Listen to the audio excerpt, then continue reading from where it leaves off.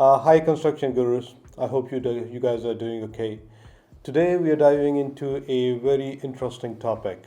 It's remote versus in-house people. My name is Abdullah Khan. I'm the owner, co-founder of Bidding Enterprise. We specialize in pre-construction industry. So, before diving into this topic, we need to look at construction industry as a whole. We are a very crude kind of industry where we like to do things the old-fashioned way. Sometimes you must have heard people saying, uh, I'm very old school, and this is what I learned from, my pop, my dad, my grandfather, and this is the best way of doing stuff. But if you look at any other industry out there, so for example, we have IT industry. IT industry is always a different kind of industry compared to construction in a sense that they are more, agreeable to change. They like to try different things out. And so that's the reason why you see a lot of innovation in IT industry and more rapid innovation compared to, let's say, construction industry. So when we look at IT industry, they have moved away from conventional, brick and mortar kind of businesses where you have large offices and you have people come in and work from office from a physical location. Right now, what they're doing is they are tapping into global talent, and COVID, in some sense, it actually worked out as a blessing in disguise. You can say for IT industry we're talking about. Now, COVID showed IT industry that physical location for some roles is very important still, but for many roles, people can be more productive if they're working from from home, let's just say, or from anywhere in the world. But what it does for IT industry is it reduces their overheads and all the rents they have to pay, all the insurances they have to pay. So, is there a lesson for us for construction industry for people like us to learn something from IT industry and say if we can reduce our cost, if we can be more profitable, maybe more competitive in our bidding by reducing our overheads, by employing some of the strategies which IT industry has employed to their businesses, then why not? So, in this particular video, I'm going to make a quick comparison between in-house versus remote. So, I personally like in-house a lot, even though our business is kind of built on a remote model, you can say. But for some roles, in-house is super crucial. So, what it does for me, if I have somebody working in-house, I can actually go and talk to that person, right? I can go and say, hey, what exactly are you working on? I give you a project, what's the progress? If you have any challenges, any questions, they get sorted there and then. So you can see that there is more direct supervision in that case. At the same time, if you have multiple people working in your team and they're working from one office location, then they can coordinate between themselves more frequently, you can say, or more easily in some cases as well. But at the same time, as I mentioned, there's an overhead cost that's associated with it. On top of that, what I've learned over the period of many years is finding good people is a very difficult and daunting task. And in most cases, people they come in with a CV and whatever expertise they show on the piece of paper, usually they are not as good. Well, there are people out there who are brilliant, and that's the reason why we're still thriving in this industry and in this world.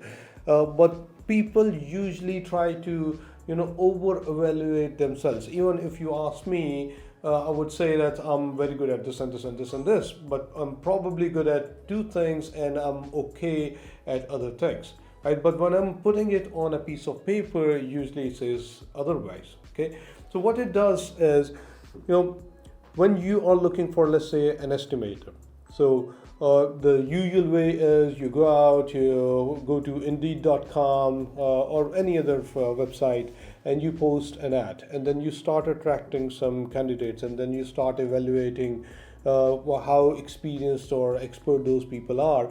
The whole thing takes time. But at the same time, if you're looking in If you're looking for a person in a certain area, let's just say, if you are in Brooklyn area, then there is a limited supply of estimators out there, and most people are already employed, so it becomes really difficult to find or attract good people, especially if your company is not that well known. Whereas if we look at the remote side of it, it solves that problem. Now, if you're looking for an estimator, you don't really need to find an estimator who is sitting in Brooklyn. That guy can be anywhere in San Jose. He can be in Texas. He can be even abroad as well. Right now, that person, all he needs to do is he needs to look at the drawings and he needs to prepare takeoffs. He needs to reach out to your suppliers and get material quotations, and he needs to, plug into your software. For example, if you're using Ecubid or Conest or whatever, he needs to plug into it to get your labor productivities, etc., etc. All these tasks can be done offline, right? So you don't really have to be physically present in a facility to access a piece of software, right? Similarly, there are other roles where, for example, if you need a person to pick up the main phone line, so you don't really need a receptionist person sitting in-house every time pick up a physical phone. It's a digital world out there, and you can have a digital number, and that digital number can bring multiple extensions, and the multiple extensions, they all are digital extensions anyways, and they can be anywhere in the world, right? So you can have your office in Miami area, but your receptionist person can be sitting somewhere in, let's say, New Jersey. Yes, again, you cannot have a superintendent. That's somebody that has to be available physically on the site. Yes, but in construction industry we cannot go 100% remote, but we can still take advantage of those particular roles. For example, draftsman, you really don't need a draftsman sitting over there. A BIM guy, or for an architect, let's say a drafter, he doesn't really need to be over there. Yes, for a structural engineer, well, probably yes, but not 100%. Okay, so we need to look at our own company type and try to figure out which roles can go remote. Because when you go remote, then you are already looking at reducing your cost by not having somebody sitting in a place. So you're probably not renting out a big place. You're not worried about big insurances and utility bills and whatnot. But at the same time, if somebody is working remotely, then look at it this way. If you have a team of 5 guys, and the cost of those 5 people, let's say it's 10 grand per person, is $50,000, then probably you can find a similar skill set in a different part of the country for much lesser price. I'm not even right now talking about going abroad. You can go to Middle East or Asia or wherever to find very good people at probably 1/3, 1/4 of the cost. I'm saying, so for example, if you need a lumber estimator and your office is in Manhattan, right? So it's a very expensive place to be. You can find a lumber estimator sitting somewhere in Jacksonville, Florida for about half the cost or even less, right? So figure out a way to reduce your overall overheads, not just in the overheads, but also in the compensation side of it as well. But at the same time, there is another way of looking at it. So you can either go the employment model or you can go the consultant model. So if you go consultant model, then it's 1099, and for 1099 relationship, you don't now have to pay for any benefits whatsoever, because the consultant usually he has to pay for his own taxes and insurances and whatnot. So if you go that 1099 route, you can even reduce your expenses even further. And there's another advantage to it. If you have an employee on W2, then usually you can't just let that person go if you don't need that person.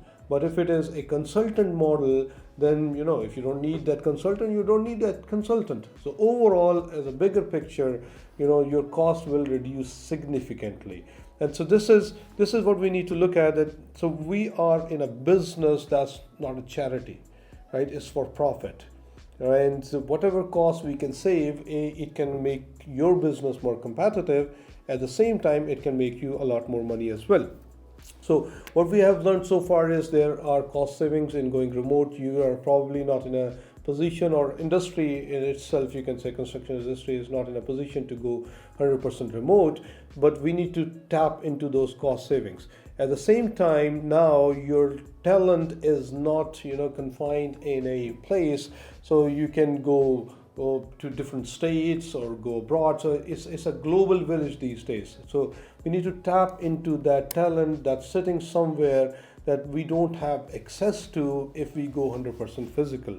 At the same time, there's flexibility in it as well, because if somebody needs to work from an office space, he has to come in, and she has to be in a place for a certain period of time.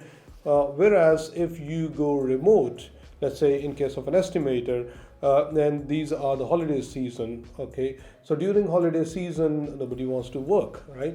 But if you have somebody who's working remotely, then probably that person is flexible in his or her hours. And if you have a job that's going out right after let's say Christmas or New Year, then that person can probably make up some time to get that thing done. So there's flexibility in it as well. So one may argue that if a person is working from home or remotely, then that person is not that productive. Yes, in some cases that's possible, but if we can solve two problems, then that shouldn't be a challenge at all. So the first problem to solve is establishing communication channels. So you have to make sure that the person that you have hired that's on your team working remotely, you can talk to that person anytime you want, right? Yeah, right. During the office hours, you can say, but you should be able to pick up the phone and call that person. You should be able to text that person. You should be able to email that person. You should be able to bring that person on FaceTime if needed, or do a Zoom call or a Teams meeting. That person should be accessible during a certain period of time during your office hours, right? So once you have established those channels, then you know that I can reach out to this person at any given point of time. So that's the first point thing. Secondly, you have to have some sort of processes in place. So for example, you can install a software called Time Doctor on the person's computer, and now that person has to log in and log out. So every time that person logs in, you get a notification. Every time that person logs out, you get a notification, and in between you get a summary of that person's productivity for every single day, for a weekly or monthly basis, etc., etc. So you can keep track of how many hours that person has spent, or what tasks he was assigned to, and if he was able to finish those tasks within a certain time frame or not. So that's the way of gauging a person's productivity.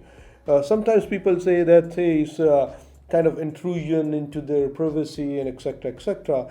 My argument in that case is, yes, you're working from home, it's flexible working hours maybe, but again, during that time when you are working for my company, that's my time. There's a contract between you and I, right? So I give you some work, and the idea is for you to produce that work. Okay, so all these tracking softwares, they don't really get into, they don't track personal activity, you can say, or they don't log Facebook or Instagram or whatever. These software, you can restrict them to certain applications, to certain time periods, so that it only logs that time when the person is supposed to be working on your job. Okay. At the same time, if we move one step ahead, we can possibly supply our own IT equipment like computer to that person. It's a one-time cost to send them over to his or her place, and now it's a company's property, and on a company's property you can install all these kind of time tracking software. Okay, so first one was communication, second one was to gauge productivity. There are multiple solutions out there. Third one, and the most important one in my opinion, is to establish some sort of processes, especially for quality assurance and quality control, right? There should be a hierarchy in place where the person is submitting his documents or project or estimate or BIM model or structural drawings or whatever to a supervisor, and then there should be some sort of checklist in place where the quality of the work can be gauged on a certain criteria, on some certain parameters. So those parameters, they need to be very well defined, and they need to be documented and shared with the person well in advance so that the person knows exactly what he is expected of. So once you have these documents in place, then it becomes like an autopilot thing. Right? Their expectations have already been defined, the project is already defined, the hierarchy is defined, communication channels are established, and now you are good to go to reduce your overall compensation for that particular role by probably 1/3 or 1/4 of any physical on-site role, right? So look at it as a lifestyle change. So let me give you an example. So if somebody is diagnosed with, let's say, diabetes or some sort of heart condition, so what that person usually does is, start exercising more often or start eating more healthy, etc., etc. So it's a lifestyle change for that person, but it's a forced lifestyle change. Whereas what I'm telling you guys, or even telling myself in this case, is, rather than waiting for a time when you're forced to make that change because everybody else around you has already made that change and already taking advantage of all these cost savings, why don't we adopt that lifestyle change right now? Why don't we start eating healthy from today? Why don't we start exercising from today? Why do we really need to find out, in future, hey, our heart condition is not great, right? So rather than waiting for our business heart to go bad in future, why don't we start implementing all these strategies from today and gain competitive advantage? So in summary, what I'm saying is we need to go out, we need to look at our business, and we need to figure out which roles can go remote, right? Because our industry is such a kind of industry where it is always going to be hybrid team model, right? So once we have established that these roles can go remote, then we start, hiring people. I would say 1099 kind of arrangement where you don't have any strings attached, and then you start having a feel of it, right? Whether this is for you or not.